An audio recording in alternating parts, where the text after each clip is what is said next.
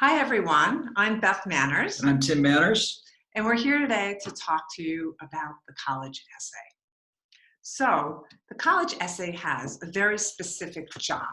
When you apply to colleges, you want to give them the most robust picture you can of who you are and what you've done, and you want to use all pieces of the application to your advantage. So, piece number one, your transcript. Your transcript is sent by your high school. It will tell colleges your academic story, what courses you took, how you challenged yourself, what you love, how you performed. So no need to mention all of that in your essay. Ditto with your scores, your standardized test scores. Those speak for themselves and together with your transcript really paint your academic picture. Your extracurriculars, all the activities, all the great things you do outside the classroom, there's a place in the application for that also, and that's where you really want to detail what you've accomplished with facts. If you won an award, how many were competing? If you got a job, how did you get the job? All of that's in the activities section. So no need to repeat your resume and stuff that into the essay. Your teachers and your guidance counselor will write letters of recommendation. They will tell the admissions officers what you bring to the classroom. Are you the one who asks really interesting questions or takes the conversation in an interesting direction? All of that is in your recommendation, so no need to talk about that. So the one thing they really don't know is who is coming to our campus. That's the job of the essay. That's where they actually get to meet you, where you become more than just a transcript and a list of activities. You become a person. So the thing about the essay overall is that it's unlike any other type of writing you've ever had to write before, most probably. Just about every assignment you may have had in high school or even before high school, most probably was about writing about something or someone else. This time, you're writing about yourself. And it can be a little weird at first, a little bit daunting, but it's also really interesting. And what we find is that with our students, even if they're a little bit uncomfortable with it at the beginning, as the process goes on, they get more and more comfortable with it, and it becomes fun. It's really kind of an interesting, maybe think of it as kind of an experiment. So tip number one, best way to get started is just to think about things that you really would like to write about. Think about the things that you love the most, that interest you the most, that you would really, really, really enjoy telling someone about. Could be an activity that you engage in. A lot of our students write about sports. Don't want it to be a how I won the race type of story, but there are often very interesting angles into your participation in things like sports. Could be another kind of extracurricular activity, something that has nothing to do with school at all, just something that you like to do in your spare time that maybe is a little bit off-center. That's good. Dig into it. Could be a great subject for an essay. Sometimes writing about people, other people, can be an interesting approach. You need to be careful on that one because the essay is about you, but sometimes essays about relationships with a teacher or a tutor, an instructor, a member of the family is really meaningful and really changed you in some way, can make great subject matter for an essay. Sometimes it can be an essay about an event. It could be just something that happened in the moment, something that maybe at the time didn't seem that significant, but when you think back on it, you thought, yeah, you know, when that happened, that really changed me. So think about those moments. Maybe it was something that happened during a game or in class where that light bulb just went off. And last but not least, think about things that are important to you. Could be an article of clothing, could be your sneakers, could be a car, could be anything that maybe serves as like a metaphor for something that's really important to you. So closely related to that, tip number one is tip number two, which is to think about your message. It's one thing to really write about something you love and really enjoy, tell a nice story. It's quite another to have it actually mean something. So ask yourself, what is it that I'm trying to tell the reader, and why am I telling them that? What do you want to say? How do you want to say it?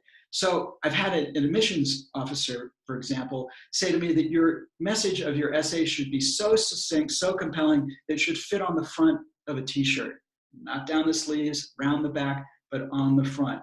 It should be so concise that anybody who reads your essay can turn to the person next to them and tell them in a sentence what that essay was about. Now, that may change as you go along the process of writing the essay, but it's important, I think, to go in with an idea of what it is you want to say, while keeping open to the possibility that it could change somewhere along the way. So tip number 3. Share your personal qualities. Are you determined? Are you curious? Are you creative? And tell us about a time when you displayed these qualities. That's really, again, part of the job of the essay. Also, tip number 4, use your own voice, your teenage voice. This is not a formal piece of writing. They want to meet you. They want to hear what you sound like. Yes, it does need to be very well written, but it needs to be as if you're telling a story to a friend, not a business type thing, not a formal English persuasive essay. This is your story. You're the protagonist. Think about it. When you read a story, you really bond and connect with that protagonist, right? You get behind him or her. You're rooting for them, even if it's a bad guy. That's the job of the essay. You're the protagonist, and you want the admissions officer to get behind you. So tip number 5, start with a free write. In other words, just start writing. Whatever comes into your mind, just put thoughts down on paper without really any regard at all for whether anybody's going to see this in that form. It's just to sort of get the wheels turning and to sort of get to the point of what it is that you're trying to write about. Sometimes it's helpful to sort of think about your story as scenes from a movie and kind of break it down that way, a paragraph at a time. Each paragraph represents a scene in your movie. You've got a series of events that sort of transpire. Just break it down, take it bit by bit. Later on, you can worry about in what order you tell your story, but just get those pieces of your story down just in a very open-ended way. The polishing and so forth, the structuring, the shaping of your story can wait for later. But at the outset, just let it rip, just get it out there. You'll be glad that you did. Tip number 6 is, well, to tell a story. What is a story? Think about any story you've ever read and loved. Stories are about journeys. They're about how you got from point A to point Z and everything that happened in between. There's always a conflict of some kind in your story. There's a driving conflict. That's the challenge or the conflict that you faced and that you overcame in somehow. And that's really key, that you overcame it. You've got to have resolution in your story. The reader of your story wants to know that you got to the other side. If you're thinking of a story that still isn't finished, maybe pick another story. It's got to be something that's complete and that really ultimately says something really significant about how you were challenged, how you grew as a result of that challenge. Those are really the keys to any effective story. You're the hero of this story. Just think about it as a movie, series of scenes from your life, and just have fun with it. Tip number 7. Give examples, otherwise it's vague. Back to personal qualities, if you're a problem solver, tell about the time that you rebuilt a car or how you searched for a solution to handling your nerves on the tennis court and you tried this and that and the other thing and then how it did resolve. If you're determined, let's hear about your journey on how you found a job. Tip number 8, be descriptive. Who, what, where, when, and how. Bring the reader. The reader should be like he or she is sitting on your shoulder during that journey and really go on it with you and understand what you've done.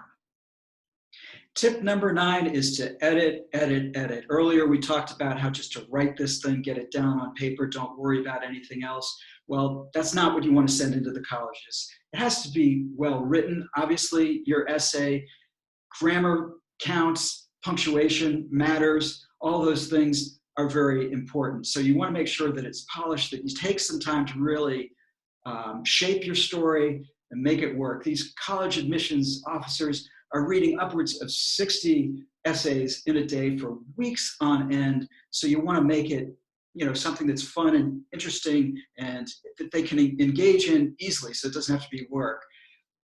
Paragraph breaks. Make sure that nobody wants to see a huge block of text. So break it up into smaller pieces, bite-sized pieces, and make it so that when the admissions officer is reading your essay, it just moves really quickly. It'll help them. It'll ultimately, if it helps them, it's going to help you. Your attention to detail really matters. If you want to show it to somebody else, That's great. You know somebody who's really good at grammar, but whatever you do, don't let them change your words. Don't let them change your story. It's your story. You own it. End of the day, make sure that it says what you want it to say the way that you want to say it. Tip number 10. Tip number 10 is get started. If we are now recording this, it's April 2020. Juniors, get to work on your essay. This is not something you do like a homework assignment. Yes, it's 650 words, not real long, but you're not going to just dash it off and send it in the night before. You really need to take time to reflect. What message do you want to tell them? How does this fit into your whole picture? And that takes time to brainstorm, time to pick it up and put it down. So get going on your essay. And have fun. Can't say it often enough. Really enjoy the ride, enjoy the process.